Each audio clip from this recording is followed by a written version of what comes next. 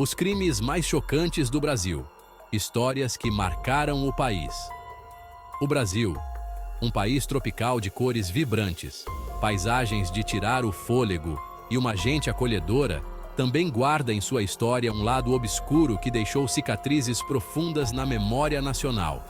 Prepare-se, pois hoje vamos mergulhar no lado mais sombrio da nossa história, revisitando os crimes que chocaram o país e que, mesmo após anos, ainda ecoam em nossos pensamentos. São casos que desafiam a razão, expondo a fragilidade da vida e a capacidade humana para o mal, revelando uma face cruel que muitos prefeririam ignorar. Abordaremos cada caso com a seriedade e o respeito que as vítimas e seus familiares merecem, buscando lançar luz sobre os detalhes e as nuances que os tornaram inesquecíveis. Hoje, nós vamos revisitar algumas das histórias mais sombrias e perturbadoras já registradas em solo brasileiro. Respire fundo e vem comigo para descobrir os crimes mais chocantes do Brasil. A Queda dos Anjos. O caso Isabella Nardoni. Na noite chuvosa de 29 de março de 2008, a pequena Isabella Nardoni, um anjo de apenas 5 anos, teve sua vida brutalmente interrompida. O crime chocou o país pela sua violência gratuita e pela tenra idade da vítima, ecoando como um triste exemplo de violência doméstica. A queda do 6º andar de um prédio na zona norte de São Paulo, inicialmente tratada como um acidente, logo revelou uma trama macabra. As investigações apontaram para um crime hediondo, cometido por seu próprio pai e madrasta.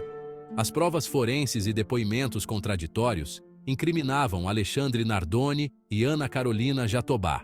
O julgamento, realizado em 2010, foi acompanhado por milhões de brasileiros, ávidos por justiça para Isabella.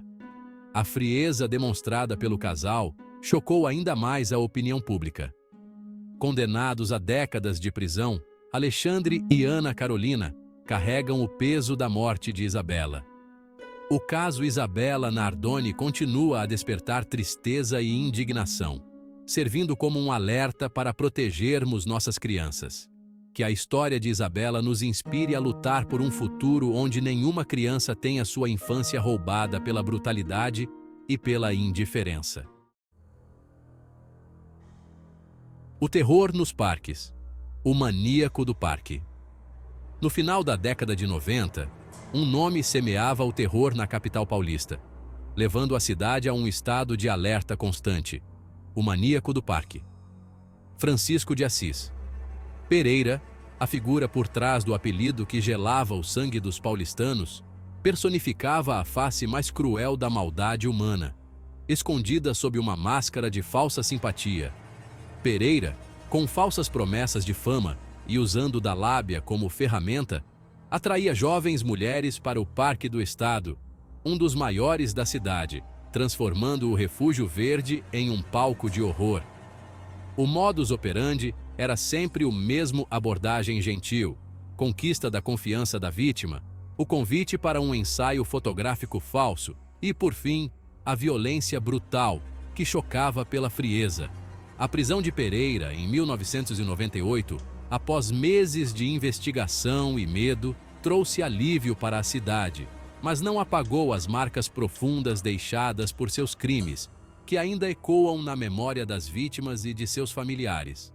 O caso do maníaco do parque é um lembrete cruel da capacidade humana para o mal e da importância da prevenção, da justiça e do apoio às vítimas, para que possam reconstruir suas vidas. No ano de 2002, um crime brutal chocou a sociedade brasileira e expôs as entranhas de uma família abastada do bairro Nobre de Campo Belo, em São Paulo, revelando segredos obscuros.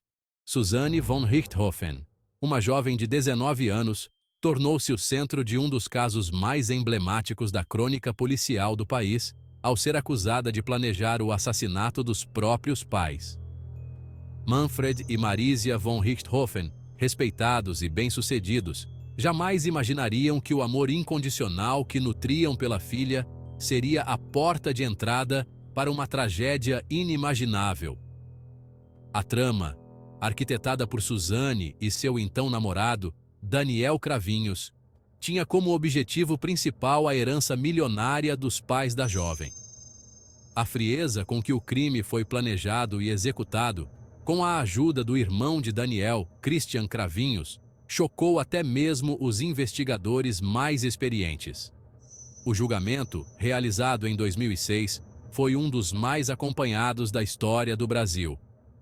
Suzane, Daniel e Christian foram condenados a longas penas de prisão, mas a justiça jamais trará de volta a vida de Manfred e Marísia.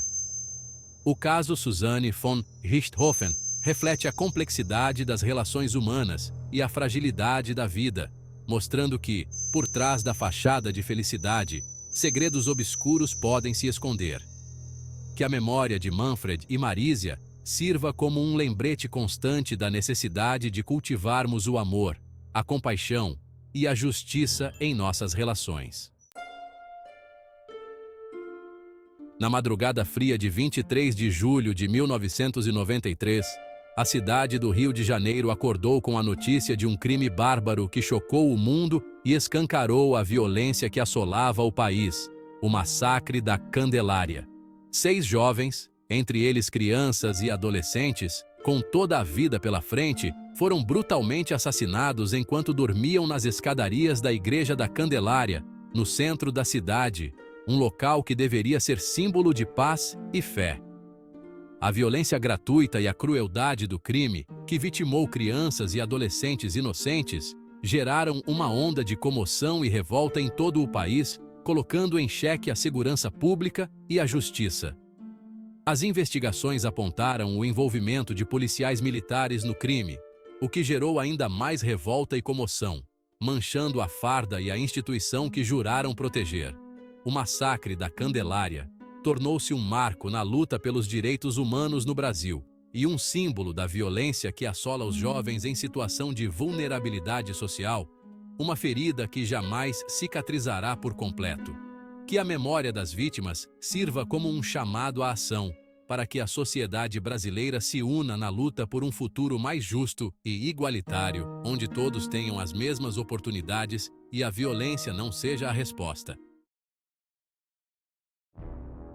No ano de 1987, um crime envolvendo luxo, traição e morte chocou a alta sociedade carioca e estampou as páginas dos jornais do país, revelando que, por trás do glamour e da riqueza, segredos obscuros se escondiam.